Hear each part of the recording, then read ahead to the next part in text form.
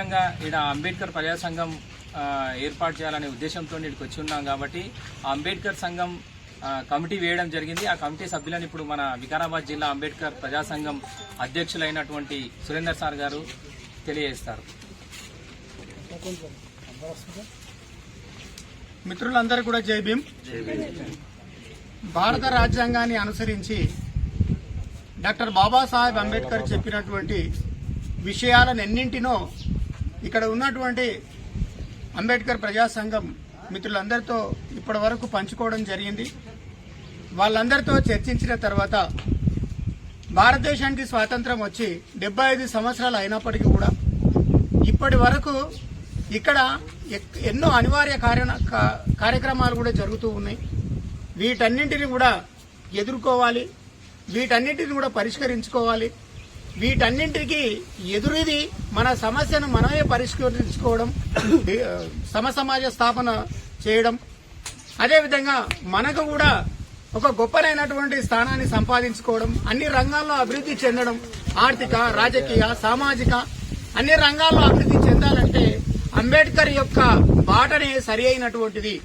Doctor Babasaheb Ambedkar చెప్పినటువంటి విషయాలతో మనమందరం కూడా ఏకీభవించి ముందుకు సాగాలని అందరితో చర్చించి ఇక్కడ అంబేద్కర్ ప్రజా సంఘం ఏర్పాటు చేయడం అనేది జరిగింది.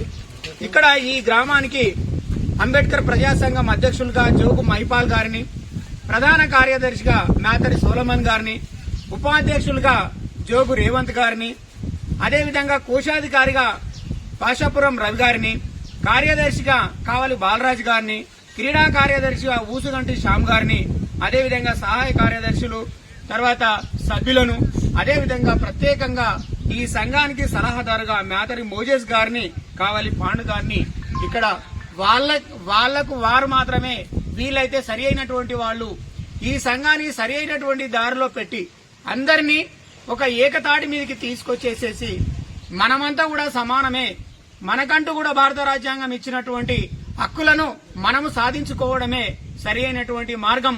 ఏదైనా సరే సంఘం ద్వారానే ఇది సాధ్యమవుతుంది. సంఘం లేనట్లయితే విచ్చలవిడిగా ఎవరంతటా వారుగా ఏకాకిగా ఉండి ఏది సాధ్యం కాదు. కాబట్టి సంఘంగా మనం ఏర్పడినట్లయితే మనం అన్ని కూడా సాధించుకోవడానికి అవకాశం ఉంటుంది అని చెప్పేసి వాళ్ళ అభిప్రాయం మేరకే ఇక్కడ యొక్క అంబేద్కర్ ప్రజా సంఘాన్ని ఏర్పాటు చేయడం జరిగింది. ఇక్కడ నుండి ఇప్పటి నుండి మనకు కావలసినటువంటి హక్కులను మనం పొందవచ్చు. అవి అన్ని రంగాల్లో ఆర్థికంగా కావచ్చు, రాజకీయంగా కావచ్చు, సామాజికంగా కూడా కావచ్చు, జ్ఞానపరంగా కూడా కావచ్చు. వీటన్నిటిని మనం పొందడమే కాకుండా సాధించుకోవడానికి ప్రయత్నం చేయాలని చెప్పేసి ఇప్పటి వరకు మన మిత్రులందరూ కూడా తెలియజేయడం జరిగింది. మేము కూడా పూర్తి సహాయ సహకారాలు అందిస్తామని చెప్పేసి సందర్భంగా తెలియజేస్తున్నాం. ధన్యవాదాలు. జై భీమ్. జై భీమ్. అందరూ నా కుటుంబం అని భావిస్తున్నాను. ఒక విషయం నేను చెప్పేది ఏంటంటే అంబేద్కర్ అంటే ఒక దళిత వర్గానికి చెందినోడే కాదు, బీసీ, ఎస్టీ, మైనార్టీస్ అన్ని వర్గాలకు చెందినవాడు. ఒక విషయం ఏంటంటే నన్ను అధ్యక్షునిగా ఎన్నుకున్నందుకు మీకు అందరికీ కృతజ్ఞతలు. ఇప్పటి నుంచి నేను అందరికీ సహకారాలుగా నిలుస్తానని మాటిస్తున్నాను. మన అందరికీ మరొకసారి మీరు అందరూ ఏకతాటిపైకి వచ్చి మీ సమస్యల కోసం ఇప్పుడు విగ్రహాన్నే కష్టపడి పెట్టినామని అంటున్నారు. అది పెట్టడమే కాకుండా ఆయన ఇచ్చిన హక్కులను కూడా ఇప్పుడు సాధించుకోవడానికి మీరు అందరూ ఏకతాటిగా వచ్చినందుకు మీ అందరికీ మా సంఘం తరఫున కూడా మరొకసారి ధన్యవాదాలు తెలియజేస్తున్నాను. జై భీమ్. జై భీమ్.